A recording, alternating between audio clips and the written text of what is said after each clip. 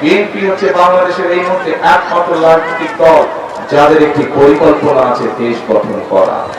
BNP হচ্ছে বাংলাদেশের একমাত্র রাজনৈতিক দল যাদের কর্মসূচি আছে দেশকে গঠন করা।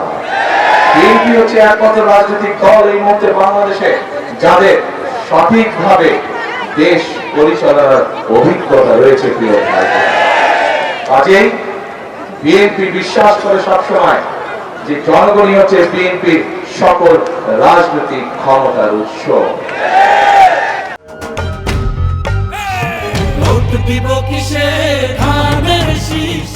প্রিয় ভাই বোনেরা, বিএনপির সৃষ্টি থেকে আজ পর্যন্ত জনগণের সমর্থন প্রতিবার বিএনপির সাথে ছিল। বিএনপির সমর্থন, জনগণের সমর্থন ছিল বলেই বিএনপি সকল সময় জনগণকে রেখে চলে যায় না।